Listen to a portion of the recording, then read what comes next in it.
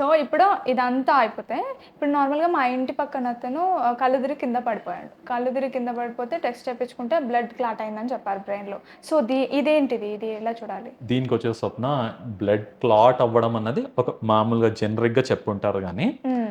పక్షవాతం, మెదడుకొచ్చే పక్షవాతానికి బోలెడు కారణాలుంటాయి. ఓకే. ఒకటేంటంటే, గుండె నుంచి మెదడుకెళ్ళే రక్తనాళాలు ఏవైతే హ్మ్. ఉన్నాయో, దాంట్లో ఏమైనా చిన్న రక్తం గడ్డ కట్టిందనుకో, ఆ రక్తం గడ్డెళ్ళి మెదడులో కూర్చుంటే, హ్మ్. ఆ భాగం పనిచేయదు. మెదడు భాగం పనిచేయదు. ఓకే.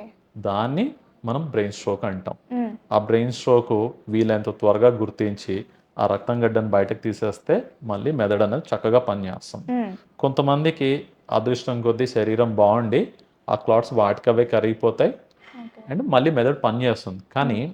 ఇలాంటి పేషెంట్స్‌కి మనం తరోగా ఎవాల్యుయేట్ చేయాలి. ఓకే. ఎందుకంటే అదృష్టం కొద్దీ ఇంట్లో వచ్చింది. హ్మ్. ఏ బస్‌లోనో, బైక్ డ్రైవ్ చేస్తున్నప్పుడు వస్తే వచ్చిందనుకో, హ్మ్. యాక్సిడెంట్ అయితే హ్మ్. జబ్బుతో కన్నా యాక్సిడెంట్‌తో పోయేదానికి అవకాశం ఉంది. సో, అవును. అందుకనేసి ఎప్పుడన్నా సరే చెయ్యి నీరసంగా అనిపిస్తున్నా, కాలు నీరసంగా అనిపిస్తున్నా, మాట తడబడుతున్నా, లేదంటే చూపు కొంచెం ఇబ్బందిగా అవుతున్నా సరే, హ్మ్. ఫస్ట్ మీ డాక్టర్ గారిని కలవండి. మీ హ్మ్. సొంత నిర్ణయాలు తీసుకోవద్దు. లేదంటే ఏం కాదు, వచ్చింది, నీరసంగా ఉంది కాబట్టి తగ్గిపోయింది అనుకోవద్దు ఎప్పుడు కూడా. ఎందుకంటే పెద్ద జబ్బు వచ్చే చాలా సార్లు ముందర నీ శరీరం ఒక చిన్న కొన్ని హింట్ సింప్టమ్స్. ఇస్తుంటుంది నీకు. హ్మ్.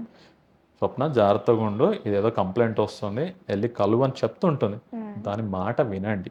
ఓకే. శరీరం మాట వినండి. ఎందుకంటే కొంతమందికి ఏమవుతుందంటే గుండె నుంచి మెడ ద్వారా మన మెదడుకి రక్తం వెళ్తుంది. ఈ ఓకే. మెదడుకెళ్ళే రక్తనాళం ఏదైతే ఉంటుందో కొన్నిసార్లు అది దగ్గరికి అయిపోతుంది. హ్మ్. స్టెనోసిస్ అంటాం. హ్మ్. ఈ స్టెనోసిస్ అప్పుడు ఏమవుతుంది? ఎప్పుడైతే మెదడుకి రక్తం ఎక్కువ అందాలో అలాంటి స్టేజ్‌లో తక్కువ అందిందనుకో, మెదడు అన్నది తక్కువ పనిచేస్తుంది. మన కళ్ళు తిరగడం, కింద పడడం ఇలాంటివి జరుగుతుంది. ఓకే. అలాంటి సిట్యుయేషన్‌ని గనక మనం ముందే గుర్తిస్తే, ఈ పైప్ ఏదైతే ఉందో దాన్ని తెరడం. అంటే ఎలా అయితే గుండెకి స్టెంట్ ఏస్తామో, ఈ మెడ రక్తనాళాన్ని తెరడాన్ని మనం కెరోటిడ్ స్టెంటింగ్ అంటాం. ఓకే. ఈ కెరోటిడ్ స్టెంటింగ్ ద్వారా ఇట్లాంటి అటాక్స్ అన్నిటిని మనం తగ్గించుకోవచ్చు. ఓకే. సో, ఎప్పుడైనా సరే నీ శరీరం ఒక మాట చెప్తుంది, ఒక సిగ్నల్ ఇస్తున్నప్పుడు దాన్ని జాగ్రత్తగా పట్టుకొని హ్మ్. చాట్‌జీపీటీ చేయొద్దు. చేయదు. ఓకే. డాక్టర్‌ని కలవాలి. డాక్టర్‌ని కలవండి.